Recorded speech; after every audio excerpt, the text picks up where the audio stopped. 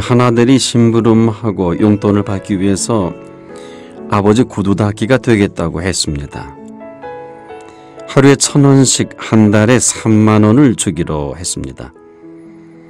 하지만 아들이 구두를 닦은 후로는 반짝반짝하던 구두가 흐릿하게 변해버렸습니다. 그런데 어느 날 구두가 반짝반짝 윤이 났습니다. 아들에게 물었습니다. 그랬더니 1시간 동안이나 구두를 닦았다는 것입니다. 특별한 이유가 있느냐고 물었더니 아들이 이렇게 답을 합니다. 아빠가 계신 것에 대한 감사의 표시예요 라고 합니다. 이 말을 듣자 아버지는 그 순간 코끝이 찡해졌습니다. 그러면 오늘은 1,000원 주기가 미안하구나. 얼마를 주면 되겠니? 그랬더니 아들이 이렇게 답을 합니다. 아빠, 오늘은 공짜예요 라는 것입니다. 왜 그러냐? 아빠가 너무 감사해서요. 그래서 오늘은 정말 공짜예요. 이 말을 듣고 출근한 아빠는 하루 종일 구름에 떠다니는 기분이었습니다.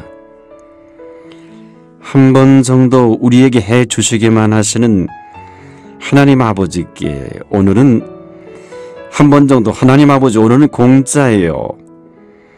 이유는 하나님 아버지가 너무 감사해서요. 이렇게 말하고 살아가면 어떻겠습니까? 하나님께서는 오늘도 살아계신 하나님으로 항상 저와 여러분과 함께 하십니다. 그래서 오늘은 정말 공짜라고 이렇게 고백하며 헌신할 수만 있다면 우리들의 헌신이 얼마나 감동적일까 한번 생각해 봅니다. 감사는 감격하기까지는 감사가 아닙니다. 감격한 감사가 감동으로 움직이는 감사가 아니면 진정한 감사가 아닙니다. 감사는 감격하고 감동으로 움직일 수 있을 때만이 진정한 감사가 나오게 되는 것입니다. 그리고 나서 가장 아름다운 헌신이 시작되고 그리고 나서 가장 아름다운 헌신의 사람이 될 수가 있을 것입니다. 오늘의 말씀은 예수님의 고난 주간의 수요일에 발생한 중요한 한 사건입니다. 베다니 마을에 살고 있는 나사로의 누인 마리아가 예수님의 머리에 향유를 분 그러한 사건입니다. 이 사건은 성경 속에 나타난 가장 아름다운 사건 중에 하나로서 오늘은 이 사건을 묵상하면서 하나님이 주신 은혜를 나누고자 합니다. 우리는 어떻게 보면 우리에게 주신 은혜를 공짜입니다 라고 하는 것을 뛰어넘어서 헌신으로 나가야 된다라고 하는 것입니다. 6월절을 이틀 앞둔 어느 날 예수님께서는 베다니 마을에 전에 문둥이였다가 예수님께로부터 치료를 받은 시몬이라고 하는 사람의 집에서 식사를 하게 되었습니다. 근데 식사 중에 한 여인이 향유 한 옥합을 가지고 와서 그 옥합을 깨뜨리고 그 향유를 예수님에게 부어 드린 것입니다. 이러면 이 여인은 바로 예수님의 발 앞에 앉아서 말씀을 듣기를 사모하던 그러한 여인이었습니다. 그런데 그 여인이 이제는 바로 그 말씀을 전해주시던 그 예수님을 향해 자기가 가지고 있었던 가장 가치 있는 옥합을 드린 것입니다. 그것은 주님을 향한 사랑의 마음이 컸었기 때문이라고 생각됩니다.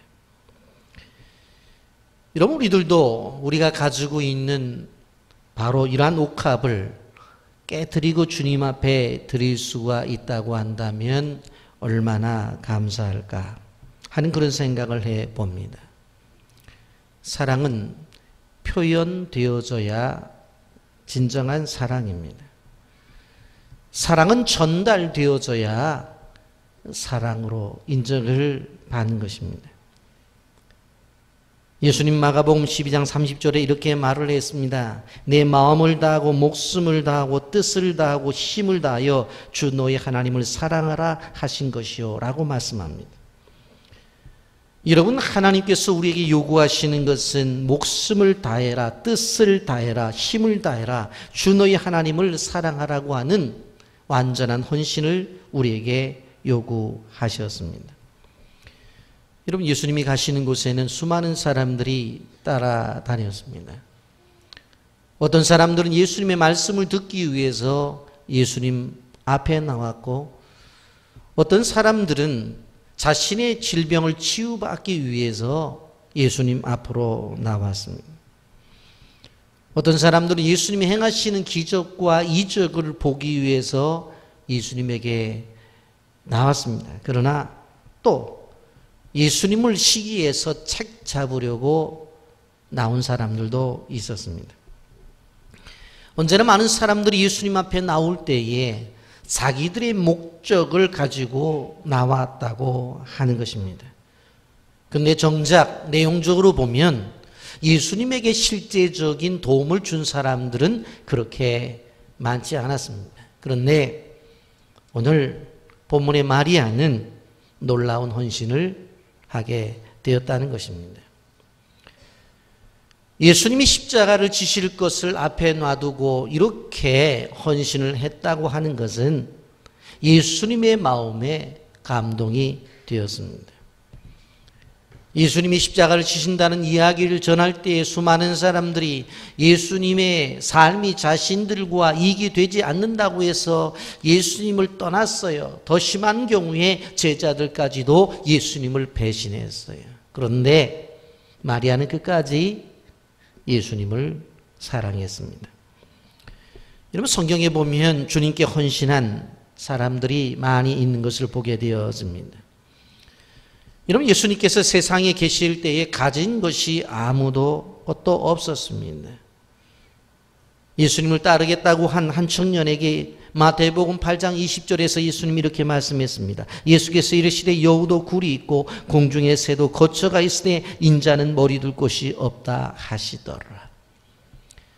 여러분, 이렇게 예수님께서 여우도 굴이 있고 공중의 새도 거처가 있다. 그런데 나는 머리 둘 곳이 없다라고 그렇게 말을 했다고 한다면 최소한도 그러시냐고, 오늘 밤에 어디서 주무실 거냐고 물어보고 예수님이 주무실 숙소 정도는 준비해야 될 것이 아닌가라는 생각을 가지게 됩니다.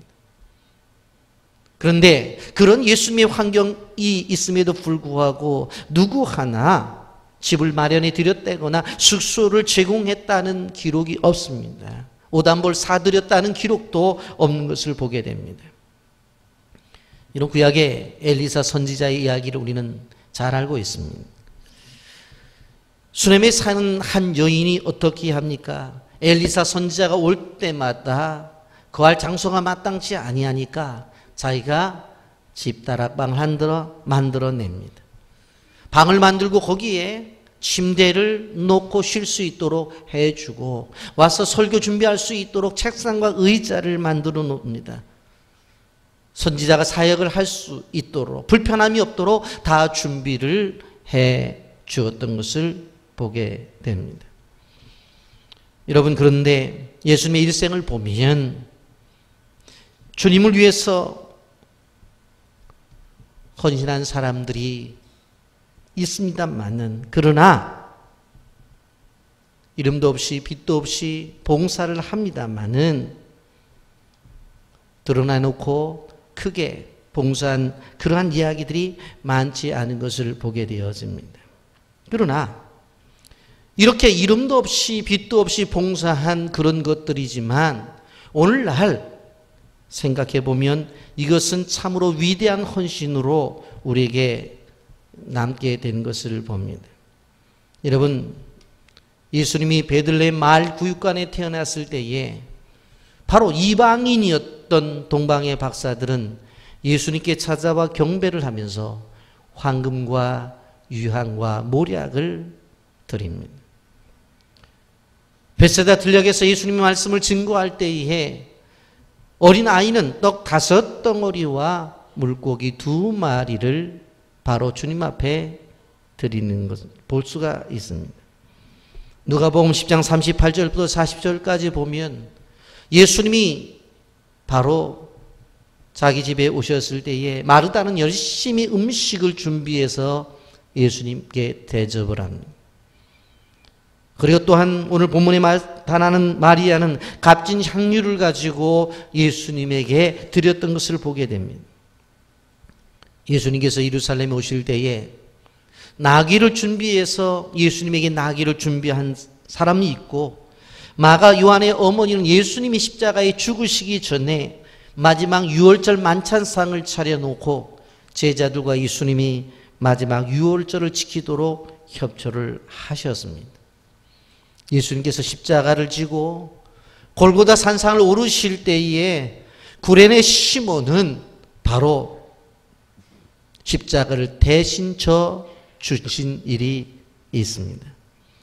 아리마대 사람 요셉이라고 하는 사람은 예수님이 십자가에 운명하시자 대제사장이 가서 바로 예수님의 지체를 달라고 해서 자기를 위해서 준비되었던 무덤에 예수님을 장사한 것을 보게 되어집니다. 어떤 사람들은 자기의 직업을 내려놓고 예수님을 따랐습니다. 어떤 사람들은 자신의 미래를 내려놓고 예수님을 따랐습니다. 자기가 주어진 걱정을 다 내려놓고 예수님을 따랐던 것을 바라볼 수가 있습니다. 이러한 헌신이 오늘날 구석구석에서 인정을 받는 것을 보게 됩니다. 우리는 시 공간에 갇힌 그러한 3차원의 세계에 살아가고 있습니다. 그런데 바로 이 시 공간 속에 살아가는 우리들에게 기적을 경험하게 되어지는데, 그것은 이 시 공간 속에서 일어날 수 없는 일이에요. 그래서 이것들을 보통 4차원, 5차원 세계 속에서 일어나는 것이라고 이야기를 합니다. 그런데 그러한 일들이 어떤 때 일어나요? 이렇게 하나님 앞에 헌신할 때 일어나는 거예요. 떡 5덩어리와 물고기 2마리는 누가 보아도 어린아이 도시락이에요.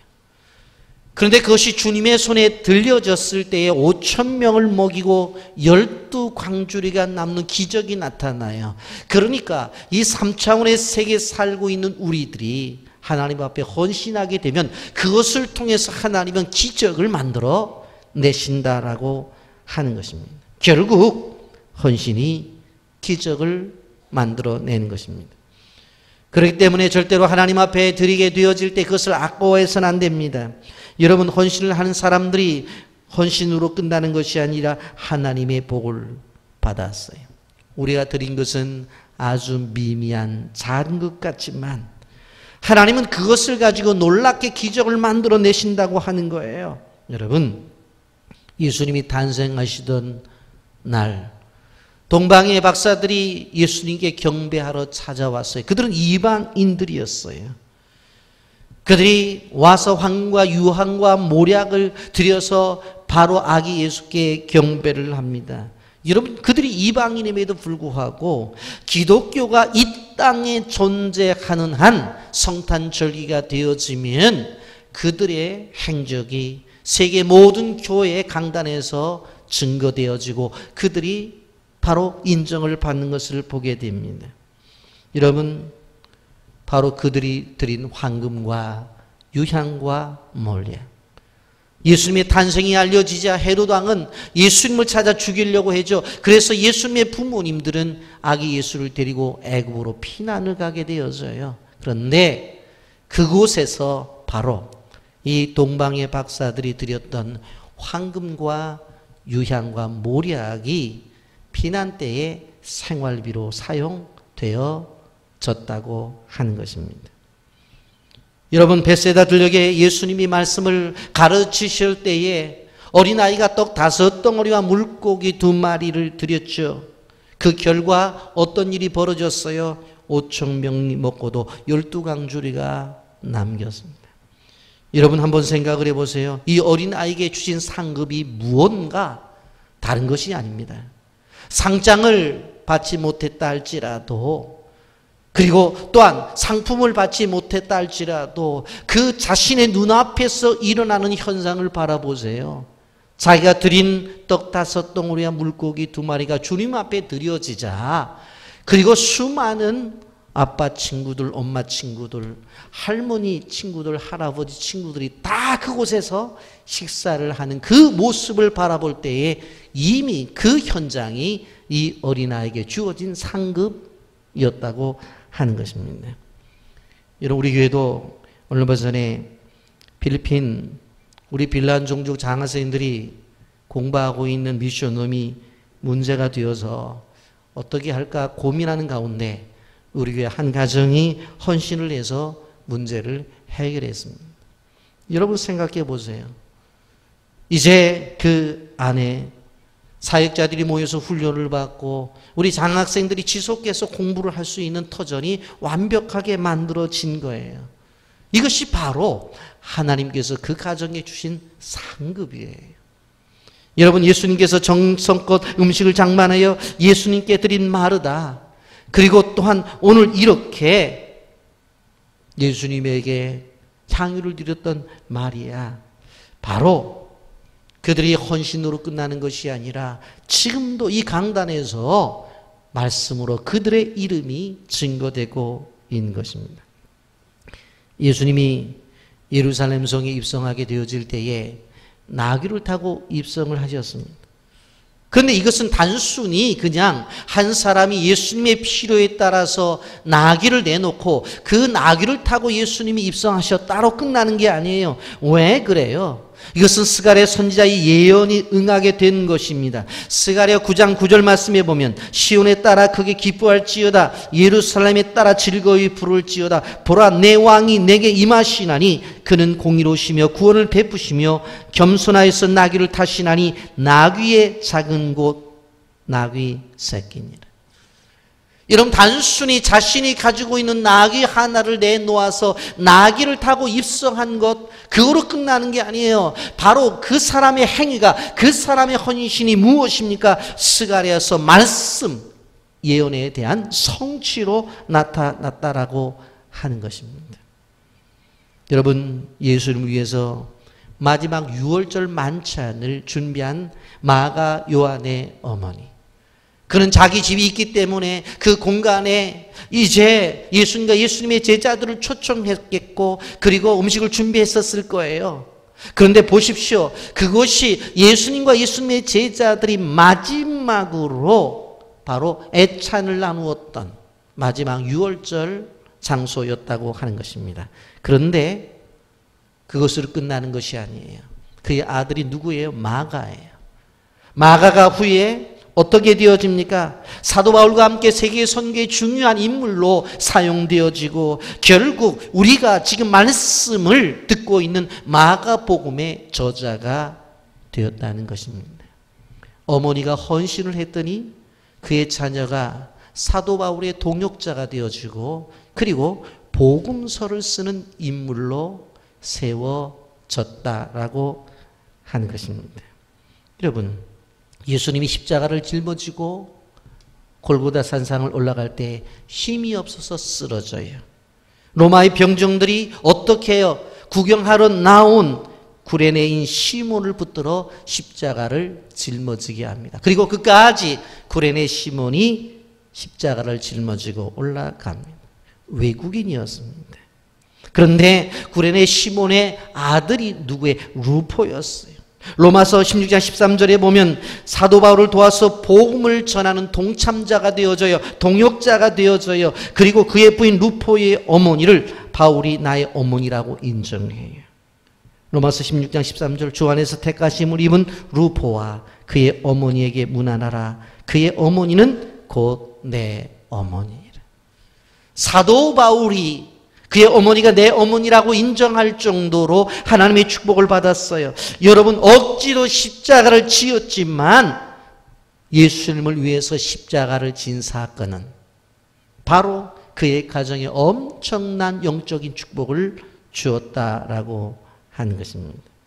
여러분, 이렇게 주님을 위해서 억지로라도 십자가를 지으면 축복을 받아요. 여러분, 우리는 억지로 할 바에는 안 하는 것이 낫다고 하는 잘못된 고정관념을 갖고 있어요.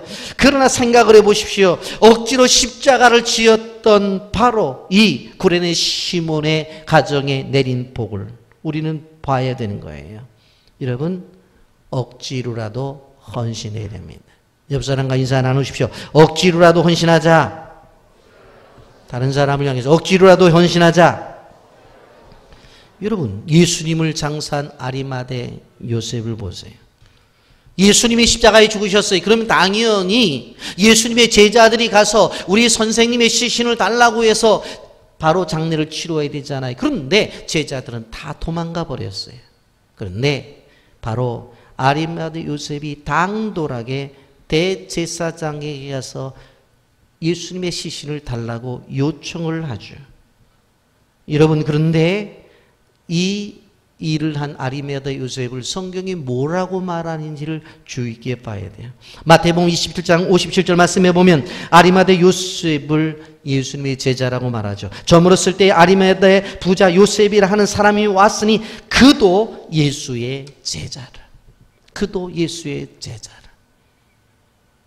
여러분, 정말로 예수님의 제자로 생각하면 예수님이 살아가 계셨을 때에 예수님께서 친히 불러서 3년 6개월 동안 같이 먹고 마시고 생활하면서 말씀을 나누었던 사람이 제자라고 생각해요. 그런데 그들이 다 떠나버렸어요. 예수님의 장례를 치를 사람이 없는 거예요. 그런데 아리마대 요셉이 담대에 가서 대제사장에게 예수님의 시신을 요청해요. 그런데 그 일을 한 아리마대 요셉을 향해서 성경은 뭐라고 말해요? 그도 예수의 제자라. 그도 예수의 제자라. 12 제자가 하지 못한 일을 행하는 그 예수님의 장래에 동참한 그 헌신의 사람, 그를 예수님의 제자라고 인정하는 것을 볼 수가 있습니다. 여러분, 하나님은 하나님의 일을 하실 때에 헌신하는 사람들을 통해서 하나님의 역사를 이룬다는 것을 아셔야 돼요. 하나님이 꼭 이루실 일이 있고 해야 될 일들이 있을 때에 어떻게 하시느냐? 하나님은 그 사역의 헌신자를 찾으시고 그 헌신하는 사람이 헌신하는 것을 통해서 하나님의 일을 이루시는 거예요. 그런데 택한 백성 가운데 헌신을 하지 않는다고 한다면 불신자를 통해서라도 하나님은 반드시 그 일을 이루신다는 것을 아셔야 돼요. 따라서 헌신할 기회가 주어졌을 때에 헌신할 기회를 놓쳐서는 안 됩니다. 헌신할 기회가 축복의 기회라고 생각하고 그 헌신을 바로 나에게 준 기회라고 생각하고 나가야 되고 그것이 하나님의 기적을 맛볼 기회라고 생각해야 된다는 것입니다. 여러분, 그렇다고 한다면 본문에 이 마리아가 헌신했는데 마리아가 받은 복이 무엇인가 하는 것입니다. 여러분, 마리아가 최선을 다해서 주님을 위해 가장 귀한 것들이었죠. 본문 5절에 보면 300데나리온의 값이 든다고 그랬어요.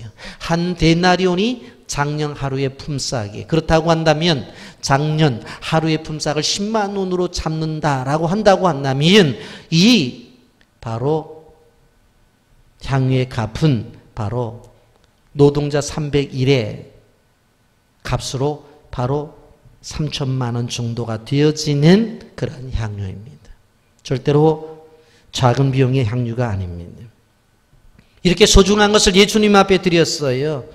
여러분, 그러나 우리는 이것을 값으로 따지는 것도 생각해 봐야 되지만 더욱더 중요한 것은 최선을 다해서 드렸다는 것입니다. 마가복음 12장 41절부터 44절에 보면 예수님께서 연복에 연보하는 것을 보시고 칭찬하신 일이 있습니다. 한 과부는 와서 두렵던 곳 한 고란트를 넣는지라 예수께서 제자들을 불러다가 이르시되 내가 진실로 너에게 이르노니 이 가난한 과부는 헌금함에 넣는 모든 사람보다 많이 넣었도다. 그들은 다 풍족한 중에서 넣었거니와 이 과부는 그 가난한 중에서 자기의 모든 소유 곧 생활비 전부를 넣었느니라 하시니라. 여러분, 주님 앞에 헌신은 주님이 그렇게 물으시는 것입니까? 내가 최선을 다했느냐? 내가 최선을 다했느냐? 그것을 물으시는 거예요. 여러분, 이스라엘 아방 시대에 3년 반 기근이 들었죠. 그런데 그때에 엘리야를 공개한 사르밧 과부를 여러분들이 아실 것입니다. 그에게 가지고 있었던 밀가루 한 줌과 기름 몇 방울이었어요.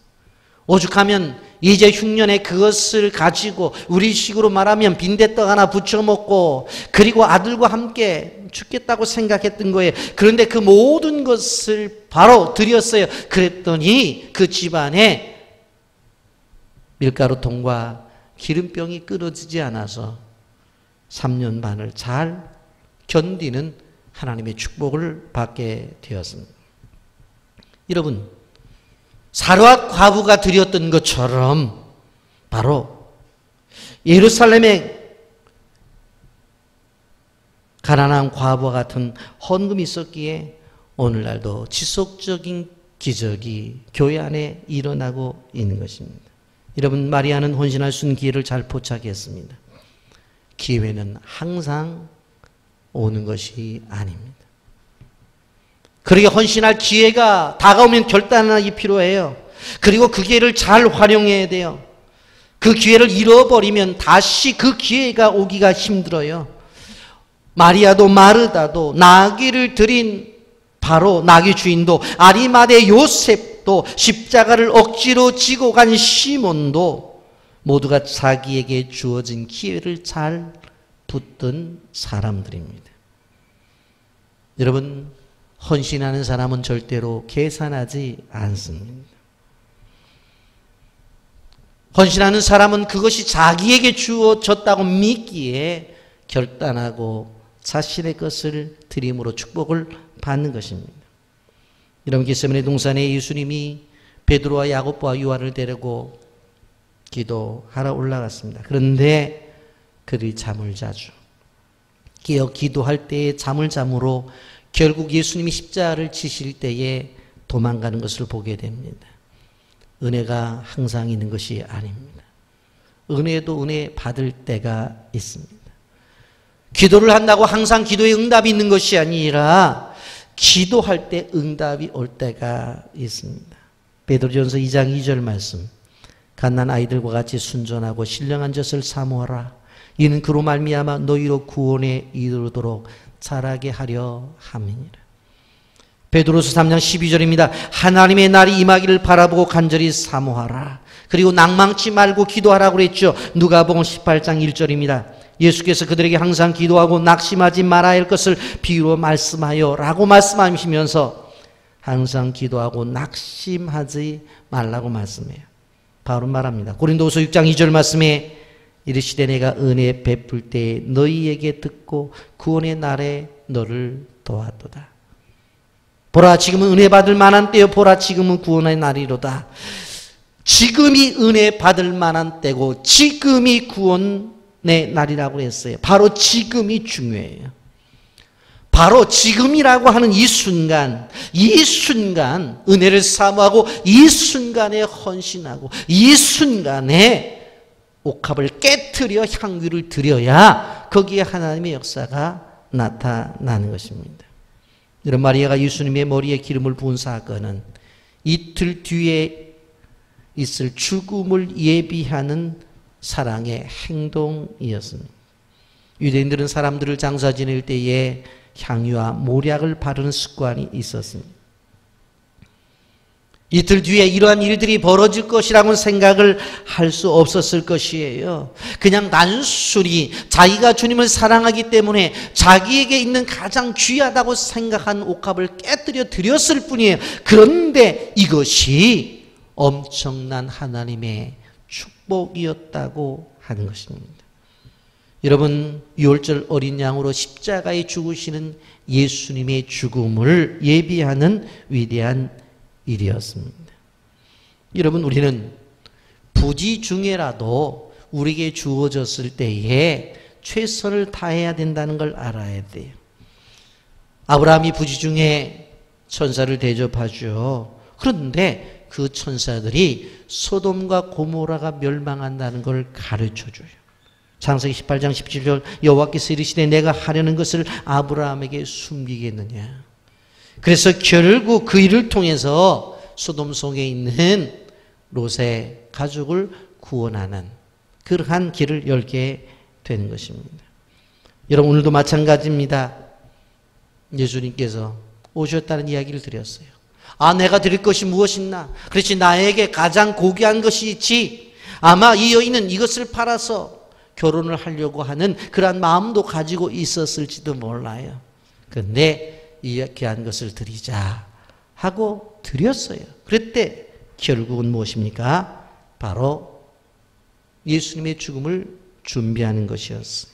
마가복음 14장 9절, 내가 진실로 너희에게 이르노니 온 천하에 어디서든지 복음이 전파되는 곳에는 이 여자가 행한 일도 말하여 그를 기억하리라 하시니라.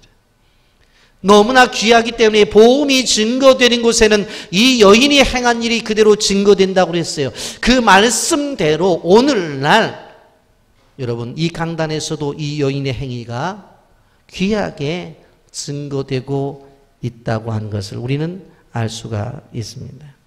여러분, 이러한 예수님의 분부가 있었기에 이 마리의 행위가 지속적으로 칭송을 받아요. 여러분, 예수님은 헌신한 사람을 기억하세요. 예수님은 항상 헌신한 사람의 행위를 잊지 않고 계셔요. 여러분, 그런데 이 헌신이 어느 정도의 헌신이 되어져야 되느냐? 예수님께 감동이 될 정도의 헌신이 귀하다고 하는 것입니다. 그 헌신은 믿음의 헌신이 되어져야 돼요. 주님의 감동을 느낄 만큼 그러한 헌신이 필요해요. 이 여인은 과거가 아름답지 못한 여인이었습니다. 그리고 넉넉한 삶도 아니었어요. 베다니 마을에 부모님도 없이 3남매가 살고 있었던 그러한 가정의 여인이었어요. 그런데 이렇게 사회적으로 인정을 받을 만한 것이 없는, 그리고 누구도 그 사람을 주의 깊게 볼 이유도 없는 그러한 여인이었지만 예수님 앞에 헌신함으로 예수님은 그를 높여주셨고 주님 다시 오실 때까지 그의 이름이 하나님의 교회를 통해서 영화롭게 하도록 만들어 주셨습니다. 그렇다고 한다면 우리가 드릴 향유는 무엇인가 하는 것입니다. 주님께서 우리에게 물어보십니다. 너희가 나에게 무엇을 주겠느냐? 이 여인은 향유를 주었는데 내가 너희가 나에게 줄 향유는 도대체 무엇인가? 오늘 우리는 찬송가 311장을 다 함께 부르면서 주님의 음성을 듣기를 원합니다. 내 너를 위하여 몸 버려 피 흘려 내 죄를 속하여 살 길을 주었다. 널 위해 몸을 주건만 너 무엇 주느냐? 널 위해 몸을 주건만 너 무엇 주느냐? 아버지 보좌와 그 영광 떠나서 밤 같은 세상에 만 배서 구하려 내 몸을 희생했건만 너 무엇 주느냐? 내 몸을 희생했건만 너 무엇 하느냐? 죄 중에 빠져서 영축의 인생을 구하여 주려고 나 피를 흘렸다.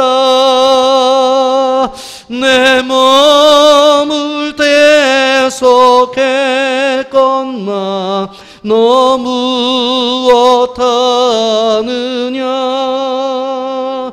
내 죄를 대속했건만 너 무엇하느냐 한없는 용서와 참 사랑 가지고 세상에 내려와 값없이 주었다 이것이 귀중하건만 너 무엇 주느냐 이것이 귀중하건만 너 무엇 주느냐. 아멘입니까? 아멘. 우리가 주님께 드려야 될 향유가 무엇입니까? 분명 우리 개개인에게 하나님께서 원하시는 향유가 있어요. 그럼 내가 무엇을 드려야 될 것인가? 여러분, 여러 가지 향유가 있지만 우리 모두가 함께 드릴 수 있는 향유, 그것은 예배입니다. 하나님 예배하는 자를 기뻐하십니다. 예배를 통해서 우리를 만나주시고 예배를 통해서 우리와 대화하시고 예배를 통해서 응답해 주시고 예배를 통해서 우리에게 축복을 주십니다. 예배하는 자에게는 하나님의 축복이 예비되어져 있습니다. 그래서 시편 120편 1절에 보면 사람이 내게 말하기를 여호와의 집에 올라가자 할 때 내가 기뻐하였도다 말씀합니다. 하나님 앞에 예배를 드리러 갈 때 가장 기뻐해야 된다는 것이에요. 그리고 와서 어떻게 되어져야 돼요? 로마서 12장 1절 말씀에 그러므로 형제들아 내가 하나님의 모든 자비하심으로 너희를 권하노니 너희 몸을 하나님이 기뻐하시는 거룩한 산 제물로 드리라. 이는 너희가 드릴 영적 예배니라.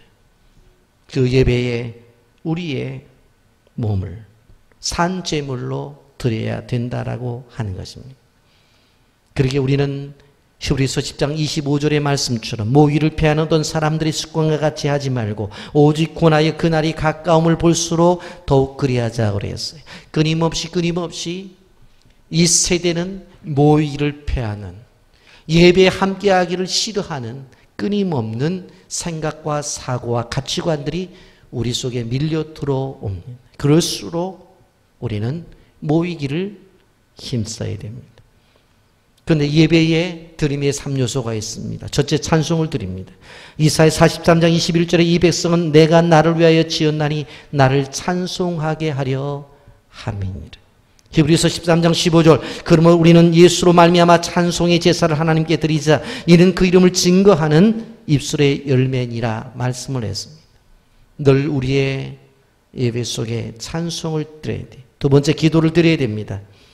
마태복음 7장 7절과 8절 말씀에 구하라 그리하면 너희에게 주실 것이요 찾으라 그리하면 찾아낼 것이요 문을 두드리라 그리하면 너희에게 열릴 것이니 구하는 이마다 받을 것이요 찾는 이가 찾아낼 것이요 두드리는 이에게 열릴 것이니라. 세 번째로 물질을 드려야 됩니다. 주님이 요구하시는 것은 억만금의 재물이 아닙니다. 주님은 두렙돈의 헌금도 기뻐 받으셨습니다. 여러분, 그런데 이렇게 드리게 될 때 우리가 가져야 될 마음이 무엇인가 하면 감사입니다. 감사는 성도의 마땅한 의무입니다. 감사가 없는 신앙은 울리는 꽹과리예요. 시편 50편 14절 15절 감사로 하나님께 제사를 드리며 지존하신 이에게 내 손을 갚으며 환난 날에 나를 부르라. 내가 너를 건지리니 내가 나를 영화롭게 하리라. 시편 50편 23절 말씀 감사로 제사를 드리는 자가 나를 영화롭게 하나니 그의 행위를 옳게 하는 자에게 내가 하나님의 구원을 보이리라. 그렇게 말씀했습니다. 늘 우리의 삶 속에 감사가 있기를 예수님의 이름으로 축복합니다. 그리고 나누어야 됩니다. 전라남도 화순군 도안면 등광리 개천산 기슭산골에 이세종 수양관이라는 수양관이 있습니다. 이세종 씨는 삼형제의 막내로 태어났어요. 집이 너무너무 가난했어요. 그는 남보란 듯이 사는 것이 소원이었어요. 그래서 남의 집 머슴살이를 하면서 입지도 않고 먹지도 않고 돈을 모았어요. 자린고비의 생활을 했습니다. 악착같이 제사를 모아서 백마지기의 전답을 구입하게 되었어요. 당시에 그 동네에서 가장 큰 부자가 되었습니다. 16살 어린 아내와 결혼을 하지만 자식이 없었어요. 그래서 자식을 얻기 위해서 무당에게 찾아갔더니 무당이 터를 하나 잡아서 산당을 짓고 늘 그곳에서 바로 제사를 드리라는 거예요. 그래서 무당이 잡아준 터에 산당을 짓기 시작했어요. 그런데 그 집을 짓는 목수가 예수를 믿는 사람이었어요. 그래서 망치질을 하면서도 찬송이고 톱질을 하면서도 찬송이에요. 그리고 쉬는 시간에는 무슨 책을 봐요. 물어봤더니 성경이라는 거예요. 이 사람이 생각했어요. 야, 남의 집 지으면서 뭐가 저렇게 즐거워서 노래를 부르고 쉬는 시간에 다른 사람 같았으면 누워서 눈이라도 붙일 텐데 무슨 책을 저렇게 열심히 보는가. 그래서 그 책을 좀 달라고 그래요. 그리고는 자기는 글씨를 모르는 까막 눈이니까 바로 사랑방에 가보면 글씨를 아는 사람이 있겠지 하고 사랑방에 찾아가서 그 책을 내놓아요. 그때 글을 아는 사람이 이 이세종 씨를 향해서 창세기 1장 1절을 읽어줘요. 하나님이 천지를 창조하셨네요. 태초에 하나님이 천지를 창조하셨다. 그런데 놀라운 것은 그 한마디의 메시지가 이세종 씨의 마음속에 꽂히게 되었어요. 그리고 사랑방 밖으로 나왔는데 놀라운 일이 벌어졌어요. 하늘을 바라보면서 저것을 하나님이 지었다고? 땅을 바라보면서 하나님이 지었다고? 그리고 나뭇가지를 바라보면서도 하나님이 만드셨다고? 흐르는 시냇물을 보면서도 하나님이 만드셨다고? 그러면서 바로 하나님의 만드신 세계를 그가 경험하게 되어져요. 그리고는 이런 진리가 이 한 귀절에 담아 있다고 한다면 이 많은 귀절은 얼마나 많은 귀절이 담겨져 있을까? 그는 한글 공부를 열심히 해서 성경을 읽게 되어져요. 그런데 성경을 읽다가 보니까 자기가 이자놀이 한 것도 잘못인 거고 가난한 사람들을 돌보지 않은 것이 잘못이에요. 그래서 자기가 고리대금업을 했는데 이자 받았던 사람들에게 이자 돌려주고 원금도 미안하니까 안 갚아도 된다고 말해요. 있는 거 다 팔아서 가난한 사람들에게 다 나누어줘요. 그가 자기에게 호를 지어 이공이라고 빈공, 자기는 아무것도 없는 존재다. 주님이 나를 위해서 아무것도 없는 존재로 살아셨다면 나도 그렇게 살아야지. 그런데 신기하게 그런 사람에게 주변에 제자가 되겠다고 사람들이 오는 거예요. 그가 마지막에 죽음이 가까우자 석 달 동안 금식을 해요. 그때 5명의 제자들이 뱅 둘러앉아 있었어요. 그의 몸은 바짝 나뭇가지처럼 말랐고 옷은 정말 거지 옷을 입고 그가 이제 죽음을 맞이하게 되는데 그 5명의 제자들 앞에서 이렇게 표현하고 그는 죽음을 맞이해요. 올라간다, 올라간다, 올라간다. 3마디를 하고 하나님 나라로 갑니다.